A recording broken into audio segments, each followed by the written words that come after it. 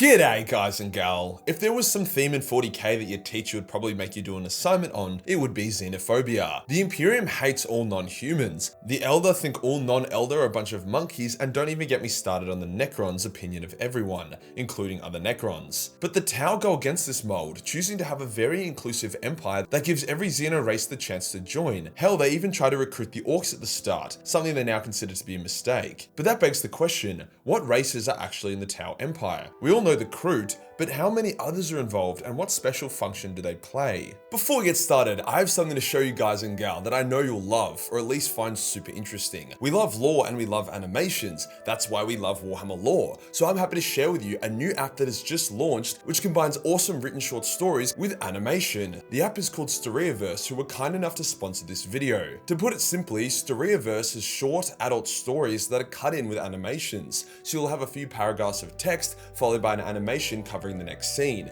followed by another bout of text, and so on until the story ends. That way you're getting these longer narrative animations without the need for $1 million studios, giving writers and animators across the world an opportunity to have their visions realized without needing a massive streaming service to pick them up. As another bonus, as each story is made with different animators and writers, no two visual or writing styles are the same, so each story is very different. The stories and animations themselves give me massive Love, Death and Robot vibes. It's just a really cool way to follow a story, way better than just doom scrolling TikTok or Twitter like way too many of us brain-rotted scrubs these days. The best part is that the app is completely free to download right now using my link below, so there's no reason not to jump on and check it out. Cheers to Storyaverse for sponsoring this video. Today we'll go over each of the races that are part of the Tau Empire, detailing what unique abilities they bring and why they joined. Let's get into it.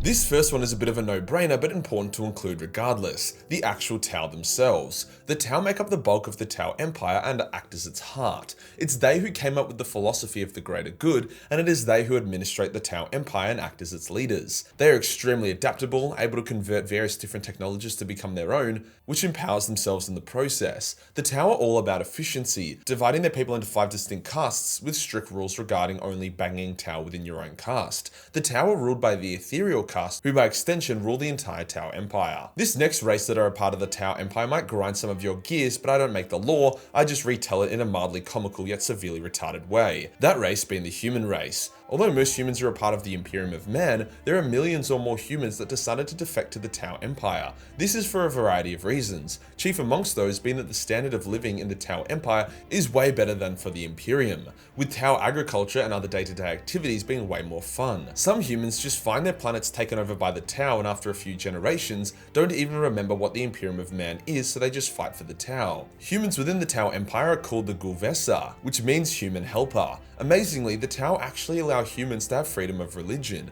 with many Tau humans still worshipping the God Emperor. This has created a bit of a conflict, however, as the humans within the Tau Empire also find themselves worshipping the greater good, not as a concept, but as a god, which has then caused a new warp entity to be born, a Tau god. As this is seen as a huge no-no by some of the Tau, there is a small but ruthless population of Tau that actively hunt and kill their Gulvesa allies. Now onto the Kroot. The Kroot are kind of funny. On one hand, they are sort of cute and wholesome, but on the other hand, they are terrifying as they eat their enemies in order to force their own evolution. The Kroot are one of the greatest assets in the Tau Empire as they make up for many of the Tau's shortcomings. Kroot are great in short-range combat, they excel in scouting and tracking, and they can inflict massive morale damage against their enemies. Some of the most effective Tau fighting forces involve a Kroot vanguard supported by Tau long-range weaponry. The Kroot joined the Tau after the Tau saved their homeworld from an Orc invasion. Although they seem a bit primitive, the Kroot are actually quite articulate and intelligent, with them even having some seriously advanced technologies, as well as their ability to heavily modify their own DNA via consuming the flesh of a specific group. For example, eating orcs will increase a Kroot's muscle mass, eating winged creatures will give a Kroot wings, and so on. There are only a few creatures that are forbidden to eat,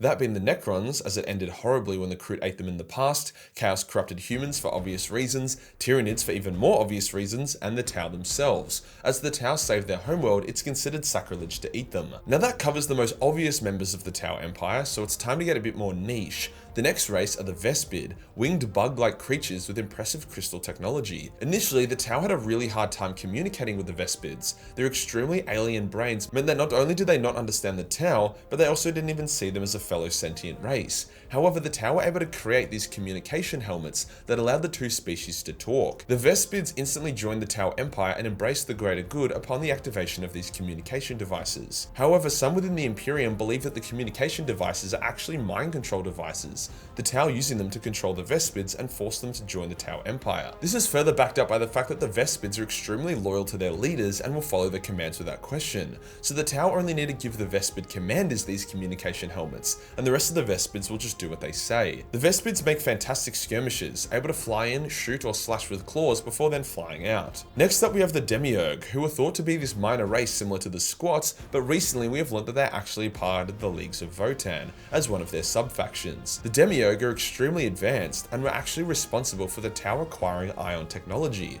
However, they don't really like fighting the Tau's battles and also just use them to try reach new super mineable planets. After all, they are space dwarves. Space dwarves fucking love mining. You could probably argue that the Demiurge are more so an economical ally of the Tau as opposed to members of the Tau Empire, but who's keeping track? Ion weapons have been a massive boon for the Tau, so that's all that really matters. This next member of the Tau Empire are a bit of a curiosity, the Nikasa, a race of super curious psychic aliens that love exploring the galaxy. The Nikasa and Tau bumped into each other due to chance, with the Tau recognizing that the Nikasian psychic ability made them much better at space exploration. Hence, Nikasa ships will kind of act like rogue traders but for the Tau Empire. As a bit of a fun fact, the Nikasa were the first non-Tau to join the Empire. Also, I don't know what you're picturing for them, but they're basically just giant floating bears. Now we start to get into the less known and detailed Tau Empire members. The Anthrazods were a pretty stupid species that the Tau annexed and kind of enslaved during their first sphere expansion. The Tau didn't really know what to do with them, so they just got them to mine asteroids, something they ended up being quite good at. The Brachua were a race of tiny multi-limbed crab-like Xenos.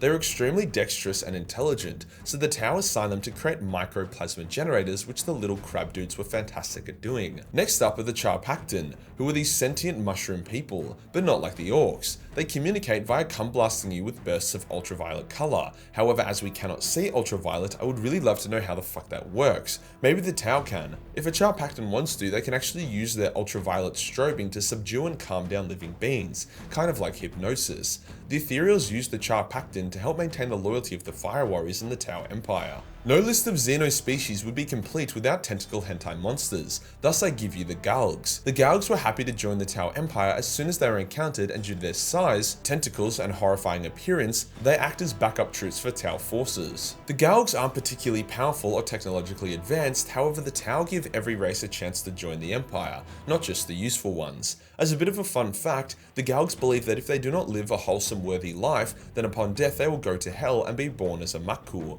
which is like a Galg demon. Neat. Now onto the Greet, who are a race of water-loving invertebrates. The Greet did actually have space travel prior to joining the Tau, and will often have a ship or two accompanying Tau fleets as a part of their auxiliary force. In saying that though, they don't seem to offer much else beyond that, as they aren't suited for combat operations. Next up is the Giarix, who are like these delicate jellyfish-esque Xenos who are great at spaceflight. Because of this, they are also used alongside the Nikasa ships to act as scouts and wayfinders for the Tau Empire. Next up is the Tailians, a warrior race of dinosaur-like Xenos. They used to be a part of a large empire, but have had their cheeks clapped extremely hard.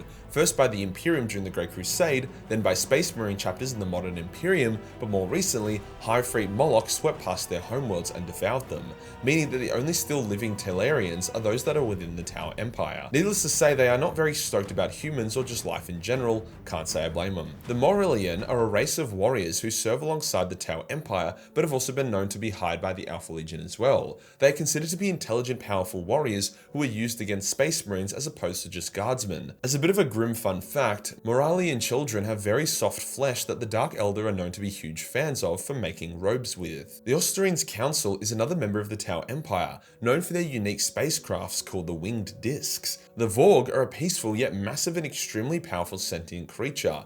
However, if you piss them off, they will have no issue stomping on your balls and are known to overcome and destroy super heavy combat walkers. Now we have the Thraxians, a race of chitin-covered multi-armed Xenos who sound suspiciously like the Tyranids, but they aren't, but they sound like it. There are many other Tau Empire races, like the Herenian, Domati, Rangon, Pultrun, Phosiab, Balburi, Yabi Yabi, and so on. I definitely ruined all those pronunciations, but they are so devoid of lore that there is literally nothing to say about them, nor is there any artwork of them I can use. I mean, fuck, I can't even use Midjourney to make an AI version of them because there's no description of what they look like. The point is, there is a shitload of Xenos within the Tau Empire, more than you would think, and if people don't get their shit together soon, the Tau Empire is going to steamroll everyone's tits. If you enjoyed the video and you want to support the channel, then Patreon is the place to be, where we've just uploaded another raw, unedited photo deck from the cosplay calendar photo shoot. Hit the subscribe button and hit the real subscribe button for more Xeno-filled content. Join the Discord for more memes, and I'll see you on the next one.